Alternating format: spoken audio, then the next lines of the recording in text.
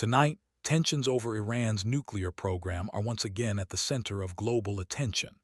In a defiant and carefully worded statement, Iran's top leadership has declared that no country has the authority to deprive the Islamic Republic of what it calls its nuclear enrichment rights. The message was clear, direct, and aimed not only at domestic audiences, but at Washington, European capitals, and regional rivals watching closely as diplomatic efforts stall and rhetoric sharpens.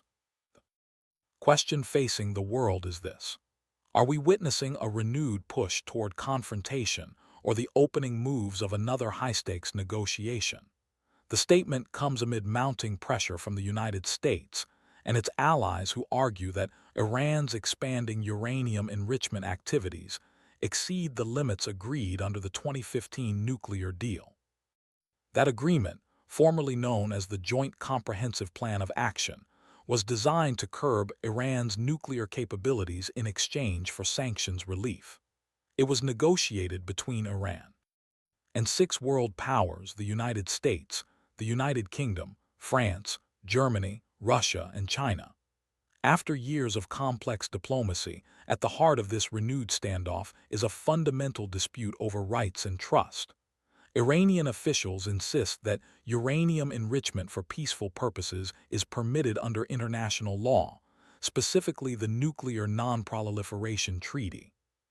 Tehran maintains that as a signatory to the treaty, it has the right to develop nuclear technology for civilian energy production, medical research, and scientific advancement. Iranian leaders argue that their program is transparent and subject to inspections by the International Atomic Energy Agency, the United Nations nuclear watchdog. However, Western governments remain deeply skeptical. They point to Iran's enrichment of uranium to levels far beyond what is typically required for civilian nuclear power.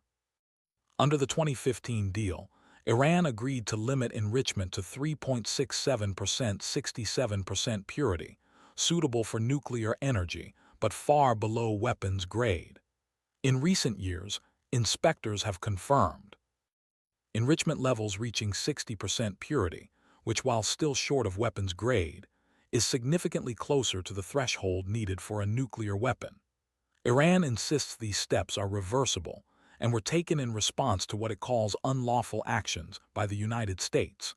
In 2018, then-President Donald Trump announced that the United States would withdraw from the nuclear agreement and reimpose sweeping economic sanctions. Washington argued that the deal was flawed, that it failed to address Iran's ballistic missile program, and that it did not permanently prevent Tehran from developing nuclear weapons capabilities. Following the U.S. withdrawal, Iran initially remained in compliance with the agreement for more than a year, according to reports from international inspectors. But as sanctions intensified and promised economic benefits failed to materialize, Tehran began gradually reducing its commitments under the deal. It increased stockpiles of enriched uranium, resumed advanced centrifuge operations, and expanded research and development activities. Now, with talks to restore or renegotiate the agreement stalled, rhetoric has hardened on all sides. Iranian officials argue that they will not negotiate under pressure and will not relinquish what they see as sovereign rights. The recent declaration that no country can deprive Iran of its nuclear enrichment rights signals a firm negotiating posture. It also serves as a message to domestic audiences, reinforcing the narrative of resistance against foreign interference. Inside Iran, the nuclear program has long been framed as a symbol of national pride and technological achievement. Leaders often portray the issue as one of dignity and independence rather than simply energy policy. For many Iranians, the memory of decades of sanctions and isolation shapes perceptions of the West's intentions. State media frequently emphasizes that Iran has endured economic hardship while maintaining its scientific progress. At the same time, the country faces significant economic challenges. Sanctions targeting oil exports, banking systems, and key industries have strained public finances. Inflation remains high, and currency volatility has affected daily life for ordinary citizens. Critics inside and outside the country argue that the nuclear standoff has come at a steep economic cost. Supporters of the government's position counter that surrendering enrichment capabilities would undermine long-term sovereignty. The regional implications are equally profound. Israel has repeatedly warned that it will not allow Iran to obtain a nuclear weapon. Israeli officials have stated that all options remain on the table, including military action. Gulf Arab states, while less vocal publicly, have expressed concern over Iran's growing influence and technological capabilities. Some analysts suggest that if Iran were to move closer to weapons capability, it could trigger a regional arms race. The United States has maintained that diplomacy remains its preferred path, but has also emphasized that it will not allow Iran to acquire a nuclear weapon. American officials continue to coordinate closely with European allies as well as with partners in the Middle East. However, the political landscape in Washington has shifted over the years, and any future agreement would face intense scrutiny and debate domestically. Meanwhile, Russia and China have positioned themselves as key players in the diplomatic arena. Both countries were original signatories to the 2015 deal and have called for a return to negotiations. Their broader strategic relationships with Iran have deepened in recent years, particularly as geopolitical rivalries with the West have intensified, energy cooperation, defense ties, and trade links have expanded, adding new layers of complexity to the nuclear issue. The International Atomic Energy Agency remains central to the unfolding situation. Its inspectors are responsible for monitoring Iran's nuclear facilities and verifying compliance with international obligations. Over recent years, disputes have arisen over access to certain sites and the scope of inspections. The agency has reported both cooperation and tensions in its engagement with Iranian authorities. For diplomats, the challenge lies in bridging a widening gap. On one side, Iran demands guarantees that sanctions will be lifted and that the United States will not withdraw from any future agreement. On the other, Western governments seek stronger and longer-lasting restrictions, along with broader discussions on regional security and missile programs. Trust once eroded is difficult to rebuild. The phrase nuclear enrichment rights itself reflects a broader legal and political debate. Under the Nuclear Non-Proliferation Treaty, non-nuclear weapon states agree not to pursue nuclear weapons, but retain the right to peaceful nuclear energy under safeguards. However, enrichment technology is inherently dual use. The same process that produces fuel for power reactors can, if taken further, produce material suitable for weapons. This dual-use nature is at the heart of international concern. Iran argues that denying it enrichment capability would amount to discrimination and a violation of its treaty rights. Western officials respond that rights under the treaty are accompanied by responsibilities, including transparency and confidence-building measures to assure the world that no military dimension exists. As rhetoric intensifies, so too does the risk of miscalculation. Military analysts warn that even limited strikes on nuclear facilities could trigger a broader regional conflict. Iran has demonstrated capabilities through proxy networks and missile systems across the Middle East. Any escalation could affect shipping lanes, energy markets, and global economic stability. Oil prices have historically reacted sharply to tensions involving Iran. The country sits along the Strait of Hormuz, a critical choke point through which a significant portion of the world's oil supply passes. Disruptions or perceived threats in this region can ripple quickly through international markets. Yet, despite the heated language, diplomacy has not fully collapsed. Back channel communications reportedly continue and indirect talks have taken place in various formats.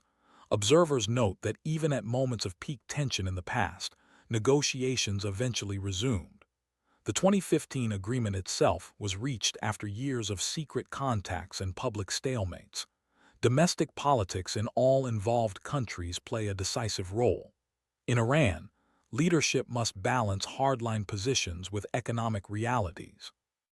In the United States, any administration must consider congressional oversight and electoral dynamics. European governments, while supportive of diplomatic solutions, face their own political pressures and security considerations. Public opinion across the region is equally complex. In some countries, skepticism toward Iran's intentions runs deep. In others, there is criticism of what is perceived as Western double standards regarding nuclear capabilities. The global non-proliferation regime itself is under strain as other states observe how disputes are managed. The latest declaration from Thran can therefore be interpreted in multiple ways. It may signal preparation for prolonged resistance, or it may be a strategic move designed to strengthen bargaining leverage ahead of renewed talks. Statements of defiance often precede negotiation rounds, setting the tone for concessions that may later follow. What remains clear is that the nuclear issue is not an isolated policy debate. It intersects with regional conflicts, global power competition, energy security, and the future of international arms control frameworks. Each development reverberates beyond Thran and Washington. For now, the world watches closely. Inspectors continue their work. Diplomats weigh options. Military planners assess contingencies. Markets respond to headlines. And political leaders calculate risks and opportunities. As Iran reiterates that it will not back down from what it calls its lawful rights, the coming weeks and months will test whether firm words translate into hardened positions or renewed diplomacy. The stakes are high, not only for the Middle East, but for the broader architecture of global security. As the international debate intensifies, attention is turning to the technical realities behind the political language. Uranium enrichment is not merely a symbolic issue. It is a precise scientific process with profound strategic implications. Enrichment involves increasing the concentration of uranium-235, the isotope needed to sustain a nuclear reaction. For civilian nuclear power reactors, enrichment levels typically range between 3 and 5%. For a nuclear weapon, enrichment must reach approximately 90% purity. The gap between these levels represents not only a technical threshold, but a geopolitical fault line. In recent years, inspectors have confirmed that Iran has accumulated significant quantities of uranium enriched to levels far above those permitted under the 2015 agreement. While Thran maintains that this material is intended for peaceful purposes, Western governments argue that the reduced breakout time, the period required to produce enough weapons-grade material for a single nuclear device, has narrowed dramatically. Before the collapse of the deal, analysts estimated breakout time at more than 1 year. Today, some assessments suggest it could be measured in weeks rather than months if Iran chose to pursue that path. Iranian officials reject the notion that they are seeking nuclear weapons. They frequently cite a religious decree attributed to the country's supreme leadership, declaring such weapons forbidden under Islamic principles. Thran insists that its strategy is defensive and that it has no interest in initiating a nuclear arms race. Yet critics point out that capability itself alters strategic calculations regardless of declared intent. The International Atomic Energy Agency remains central to verifying these claims. Its reports provide much of the technical data informing global debate. Over the past several years, the agency has documented both cooperation and areas of concern, including unresolved questions about past nuclear material found at undeclared sites. Negotiations over monitoring equipment, surveillance cameras, and inspector access have become recurring flashpoints. Each dispute adds to the broader atmosphere of mistrust. Meanwhile, diplomatic channels continue to fluctuate between cautious engagement and visible stagnation. Indirect talks have taken place intermittently, often mediated by European diplomats. Proposals have included phased sanctions relief in exchange for limits on enrichment levels and stockpiles. However, key obstacles persist. Iran seeks binding guarantees that future U.S. administrations will not withdraw from any agreement, a demand that American officials argue is constitutionally complex. Washington, for its part, has pressed for stronger verification measures and discussions extending beyond the nuclear file to include regional security issues. Regional dynamics further complicate the picture. Israel has consistently framed Iran's nuclear advancements as an existential threat. Israeli leaders have publicly and privately conveyed their readiness to act independently if they perceive diplomacy to have failed. Over the years, there have been reports of covert operations targeting nuclear facilities and scientists, though such incidents are rarely acknowledged officially. The shadow conflict between Iran and Israel has unfolded across multiple arenas from cyberspace to maritime routes. Gulf states, particularly those situated across the Persian Gulf from Iran, view developments with caution. Some have pursued closer defense cooperation with the United States and other Western partners. At the same time, diplomatic openings between Iran and certain regional rivals have emerged, reflecting a pragmatic recognition that prolonged confrontation carries economic and security costs. Beyond the Middle East, global powers are recalibrating their approaches. Russia and China have criticized unilateral sanctions and emphasized dialogue. Both countries maintain strategic partnerships with Tehran, including energy projects and military cooperation. Their involvement in any future negotiation framework would likely shape both substance and tone. The broader context of strained relations between Moscow, Beijing, and Western capitals adds an additional layer of geopolitical rivalry to the nuclear dossier. Economic considerations remain a powerful driver of policy. Sanctions imposed over the past decade have targeted Iran's oil exports, financial institutions, shipping networks, and access to international markets. While Iran has developed alternative trade routes and strengthened ties with non-Western partners, economic pressure continues to affect growth, employment, and currency stability. Supporters of diplomatic engagement argue that a revived agreement could unlock economic relief and stabilize global energy markets. Skeptics counter that sanctions leverage should not be surrendered without comprehensive concessions. Energy markets, in particular, are sensitive to shifts in Iranian output. Iran holds some of the world's largest proven oil and gas reserves. Even incremental changes in its export capacity can influence global supply balances. Traders closely monitor diplomatic signals, aware that any breakthrough or breakdown can move prices swiftly. Inside Iran, public sentiment toward negotiations is complex. Some citizens, especially within urban centers and business communities, favor renewed engagement that could ease economic hardship. Others distrust Western intentions, citing historical grievances and previous unmet promises. Political factions within the country debate how much flexibility to show at the negotiating table, balancing ideological commitments with practical considerations. In Washington and European capitals, policymakers face their own political constraints.